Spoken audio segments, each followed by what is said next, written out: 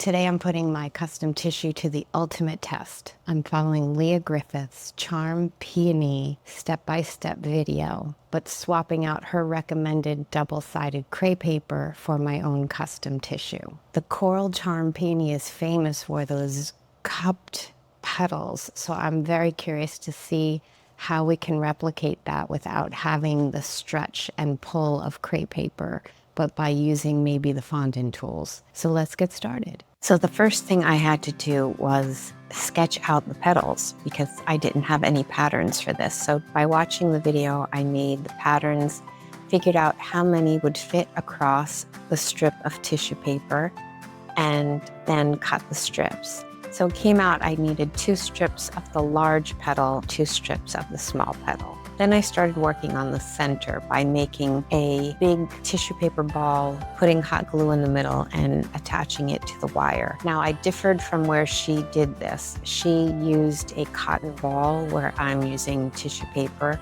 Then I sprayed a square of tissue with mist and it literally turned into almost a fabric and just gently guided it around so I had a very smooth ball.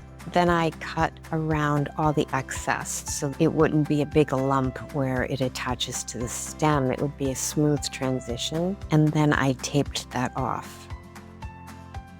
So I'm making 3. Now I took out my watercolor brush set and had this crazy idea to match the color of the paper and try to just wet the center and let the watercolor paints kind of do their thing. So I just added some color here and there to the centers just in case. I didn't know how much would actually show when the flower was done. So this is how they looked when they were finished. And then I started to make the little balls that are in the very center. She also used a wooden bead and painted it green, where I used small pieces of tissue paper, rolled them in a ball, and again, hot glued it closed and tried to just have a very tight front to it and twisted it. Then I cut little strips of crepe paper. So now I'm attaching the red center to the green ball. And you're going to want to trim the twisted part off the bottom of the ball so that we can now attach it to the center. So you're going to add 7 of these and try to go light on the glue so you don't have any hot glue showing. So here is how it looks finished. And here are the 3 of them ready to go. Then she did this thing where she took pieces of crepe paper and used a marker to cover them. And I felt like I had enough crepe paper that had been dyed, so I decided to just go with it the way it was and not use the marker on it. And then I folded that and made a medium-sized fringe. This wasn't like hair-like fringe like I'm used to. Then twist it. You really want each one to twist almost separately. And then I just added a little curl to these as well. Then by attaching this with some hot glue, and I would just go a little bit at a time, adding a little glue as you go, and twist it around. Now I added 3 of these to each one to get a really nice fringe. Now it's time to move on to the petals. I did follow exactly the way she did in her video, cutting a little extra cuts, both from the top and the bottom. And she also worked a lot in groups of 3 and emphasized that it was important that each petal set looked slightly different. So then the second set, she cut 2 slits further down and 1 up the middle. Now where she stretched the petals, we don't have that. So I got out my spritzer and the fondant tools and put a little muffle in it. I kind of hit the ends of the fingers of the petal and then went down into the middle, and it made a beautiful cup shape. I even had to try how it would look around the petal just to see if this would work. And yeah, it looks like it's working. So then I started hot gluing. Again, I did groups of 3, hot gluing them almost the same way the tulip, dividing that bottom stem into thirds. Once you have all 6 of the small petals on, you can move on to the larger ones. Now there's 12 of these. And again, we're gonna work in groups of 3. And this petal you are going to cut freehand, making one deeper cut than the others. Get creative, you're designing your petals. So then I curled them, same way she showed in the video. And I also used the fondant tool on the tops of the petals. Now she did a trick of adding hot glue and then crisscrossing the petals when she added them on. And this also added a bit to the cup shape. So you kind of crisscross where you cut it out and then add it on.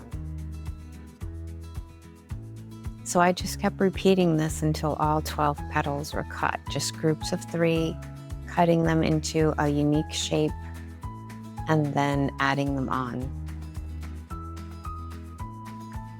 I find this to be the most exciting part when your flower is literally blooming in front of you.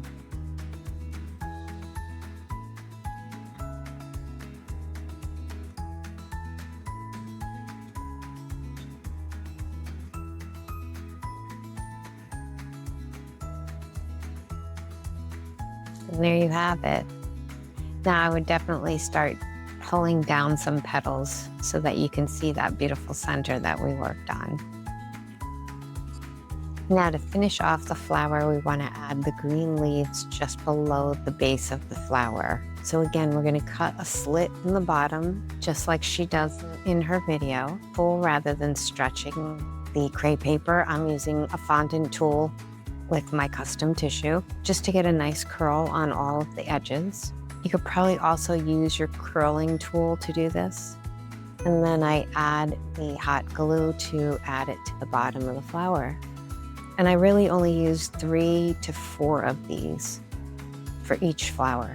And then once you have them all on, you can just add some floral tape.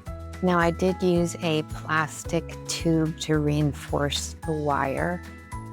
I just thought the head of the flower is a bit heavy and I wanted the wire to have a good sturdy base. I did require 2 layers of floral tape.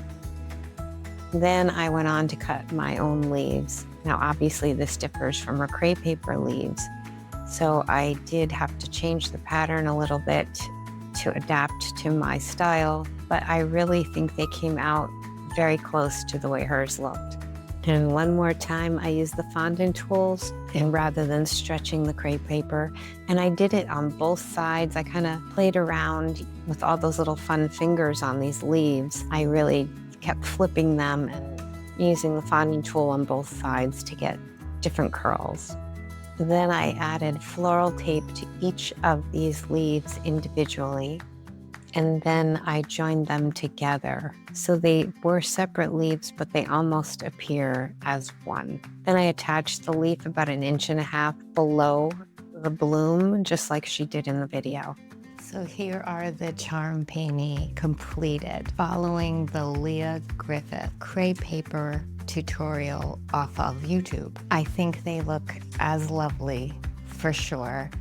I love that I was able to be a lot more flexible with the paper color. One of the big things about the custom tissue that I love is that this tissue is a transparent. So when the light hits it, you can see through the petal, where the crepe paper, I don't think you'll get that same advantage. Definitely the leaves are different than hers. I tried to parallel when I steered in my direction to work with this paper versus how you would work with crepe paper. I really enjoyed it. I think they came out really beautiful. Trying to think of who I'm giving these to because they're really very sweet. All in all, I feel like I can pretty much follow any crepe paper tutorial off of YouTube now. using my custom tissue paper, which I'm going to enjoy exploring a lot of Lia Griffith's flowers for sure, that I kind of shied away from because I don't use crepe paper. So I'm very excited to dive into some more of her pieces. If you want to venture out and learn how to make your own custom tissue, message me. I'm happy to do quick Zoom tutorials. I'm happy to work with you. Also have so many other tutorials that you can check out on my channel. So don't forget to subscribe. I upload a new lesson every week. Hit the notification button so you know when a new one is out. Have a great week. Keep blooming.